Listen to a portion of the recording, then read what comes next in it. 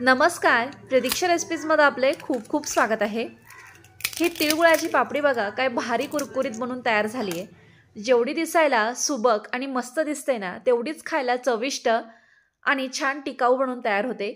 याचबरोबर बघा काय भारी पातळसर अशी आपण ही पापडी बनवलेली आहे।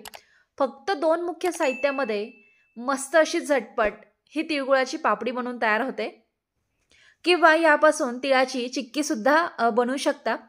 रेसिपीला आता सुरुवात करूयात। इथे मी 1 कप गावरान तीळ घेतलेले आहेत। हलकेसे पिवळसर आहे कारण हे पॉलिश नाहीये।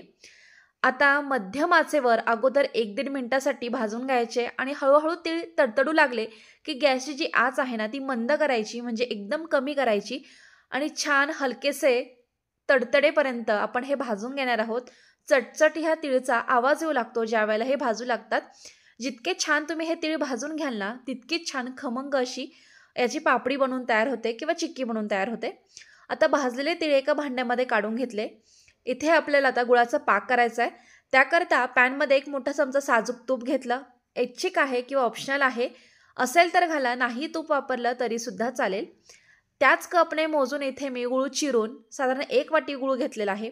वजनी प्रमाण बिलकुल घ्यायचं नाही, फक्त एखाद्या भांड्याचं प्रमाण घ्यायचं। जितके तीळ असतील तितकंच यामध्ये गूळ घालायचा। मध्यम आचेवर गूळ छान वितळून घेतलेला आहे आणि गूळ एकदा वितळला की गॅसची जी आच आहे ती कमी करायची। एकदम कमी आचेवर आता हा पाक आपल्याला बनवून घ्यायचा आहे। कारण मोठी जर आच ठेवली ना तर गूळ पटपट जळायला लागतो किंवा वितळायला लागतो, खूप अति त्याचा घट्टसर पाक होऊ शकतो। आता इथे 3-4 मिनिटे झालेली आहे। तुम्हाला मी ट्रिक सांगते की पाक झालाय की नाही कसं ओळखायचं।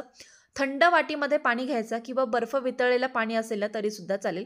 त्यामध्ये 2-3 थेंब गुळाच्या पाकाचे टाकायचे। ते मिश्रण थंड होऊ द्यायचं आणि हातावर घेऊन बघायचं। बघा हे गुळाचं जे मिश्रण आहे ना ते चिवटसर वाटतंय, अगदी चिकटसर आहे। बिलकुल पाक याचा तयार झालेला नाहीये। तुम्हाला तोडून सुद्धा दाखवते बघा, चिकटपणा आहे यामध्ये। माझ्या बोटांकडे लक्ष देऊ नका कारण जळवात आहे त्यामुळे ते असे झालेत। मला ही गुळपापडीची किंवा चिक्कीची रेसिपी परफेक्ट जमते, त्यामुळे मला अंदाज आहे की किती वेळात पाक तयार होतो। तर साधारण 5-6 मिनिटे हा पाक आणखी मी शिजून घेतला होता।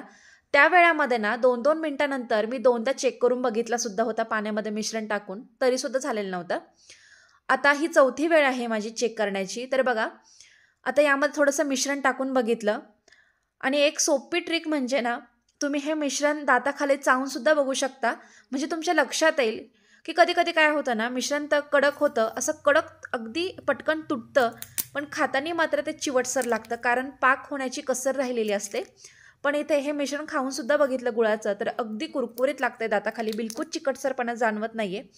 आवाज इथे तुम्हाला ऐकला असेल ह्या पाक तोडताना की किती मस्त कुरकुरीतपणा आलाय। एकदा मिश्रण चांगलं फिरून घेतलं कारण खालचा पाक जळायला नको आणि ही जी प्रोसेस आहे ना ती एकदम पटपट करायची आहे। यामध्ये तीळ घातले आणि तीळ छान पटकन आपल्याला मिक्स करून घ्यायचे गुळाबरोबर, कारण गूळ जळायला लागतो नंतर ज्यावेळेला त्याचा पाक होऊन जातो।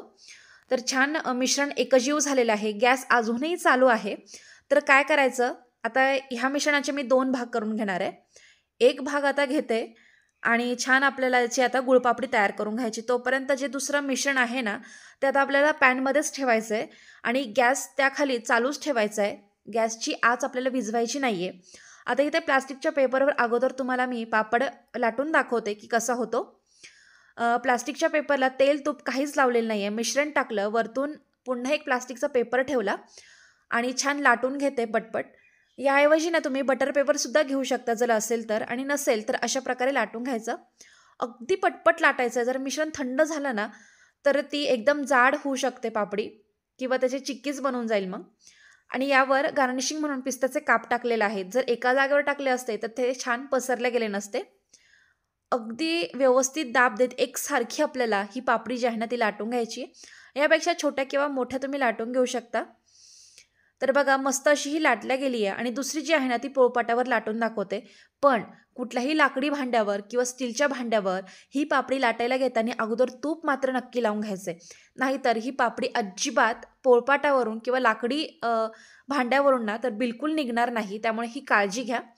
वरतून पुन्हा पिस्ता टाकून घेतला आणि छान पोळपाटावर सुद्धा लाटून दाखवते। अजून मिश्रण थोडंसं गरम होतं त्यामुळे ते लाटण्याला चिकटतंय, पण एकदा ते थंड होऊ लागलं ना तर चिटकत नाही आणि ते ऐकतसुद्धा नाही आपलं, कारण ते आपल्याला पटपट लाटायचं आहे.